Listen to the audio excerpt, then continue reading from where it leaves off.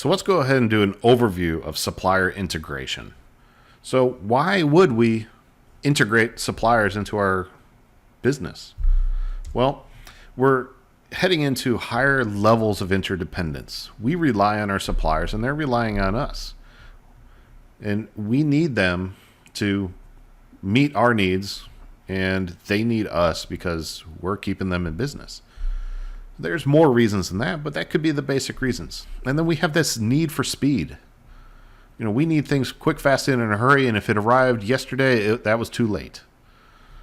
Well, we can let our suppliers know they understand the urgency of our requisitions and they can comply. But we also can understand their capability and we can make adjustments accordingly. And the cost of poor synchronization. If we don't synchronize well with our suppliers, it's going to be horrible for us. It's going to cost more. It's going to cost more administrative time, more headaches. Somebody might get an ulcer. Who knows what's going to happen, but it's going to cost us more, and sometimes more than just actual money. It might be reputation. But let's look at high level of interdependence.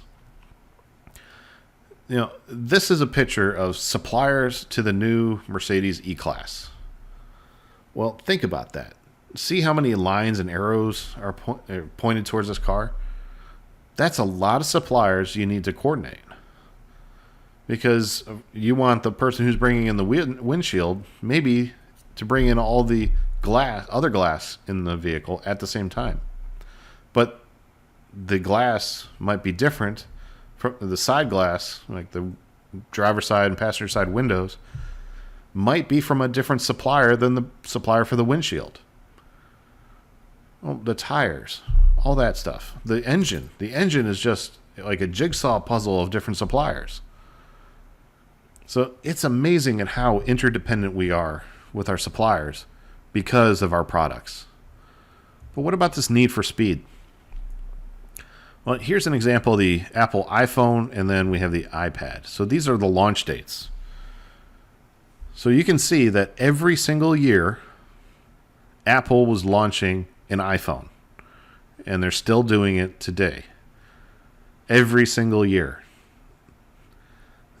That's a lot of innovation that they need to do. That's a lot of manufacturing they need to do to stay current and stay relevant in today's world. Technology is moving so fast that something you designed last month might be already outdated. So Apple is trying to figure out what's the next big thing that they should integrate into their devices. And the same thing with the iPads. There's the original iPad back in 2010, but then they went into the Mini, which are smaller, and then the Air, which is a little lighter. And I believe it also had Wi-Fi connectivity. Or not Wi-Fi, cellular connectivity. So think about that. They're integrating so much more technology into these two products. So think about other products and how often they're released. It's pretty amazing that companies can keep up the pace. So what about the cost of poor synchronization? Well, here's the Boeing Dreamliner. And you can see all the different parts are also marked out by where they come from and also the company that provides it. For example, Rolls-Royce produces the engines in the United Kingdom, but the cover that goes around the engine is made by Goodrich in the United States. The UK also makes the landing gear, but the United States makes the front end of the airplane, plus the tail section and the actual upright tail. But Italy makes the tail wings. That's just amazing at how many different parts can come together on these airplanes, and especially from all around the world. So we need to make sure that this is synchronized correctly, because when you're making airplanes, think about that. A wing that's made in Japan by Mitsubishi.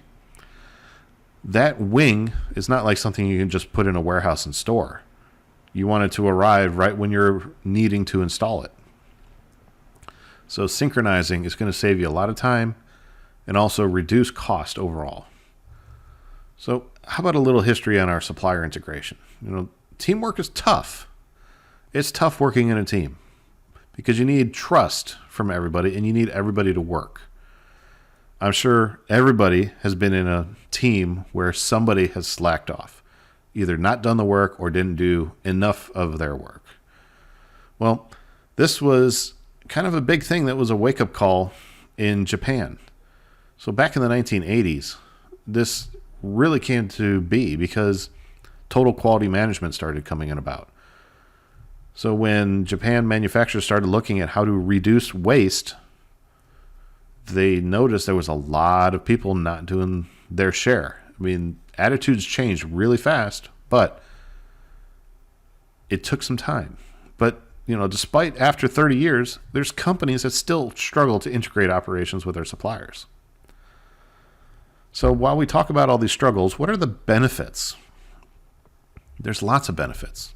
And on the screen now is about 12 different benefits, from reducing design and development time to improve environmental and compliance and reducing financial risk. So think about that. So we're reducing risk, we're improving costs, so we're reducing costs for items, and we're getting a better product. Now, of course, we want to start off with a great product, but sometimes the product can be improved. I mean, think of the Apple iPhone. It's not the same iPhone from 2007 that's still being produced. No, they've improved it over time.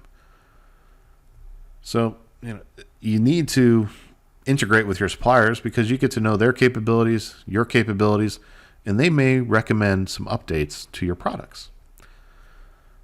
But what are some barriers to this supplier integration? Well, there's several. One of the big ones is the fight for control. Who's in charge? Well, if you think about it, the supplier needs the buyer, but the buyer needs the supplier. So it's hard to determine who should be in charge. What about maybe everybody's equal, from company to company?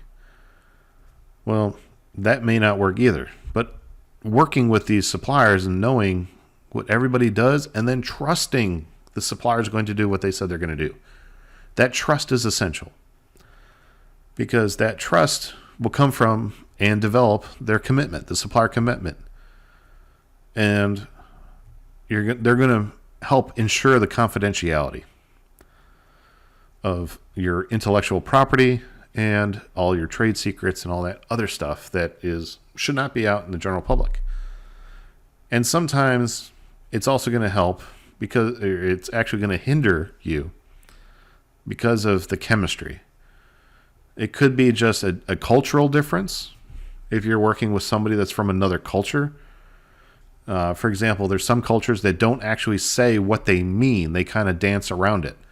Well, in the United States, we're a little bit more direct. If we don't like you, we're going to tell you we don't like you. But in another country, they might not say that. They might dance around it, like I said. So there's a lot of things that go to supplier integration, and this is just an overview. But let's keep diving further into this by looking at the forms of supplier integration in our next video. So let's go ahead and do that now.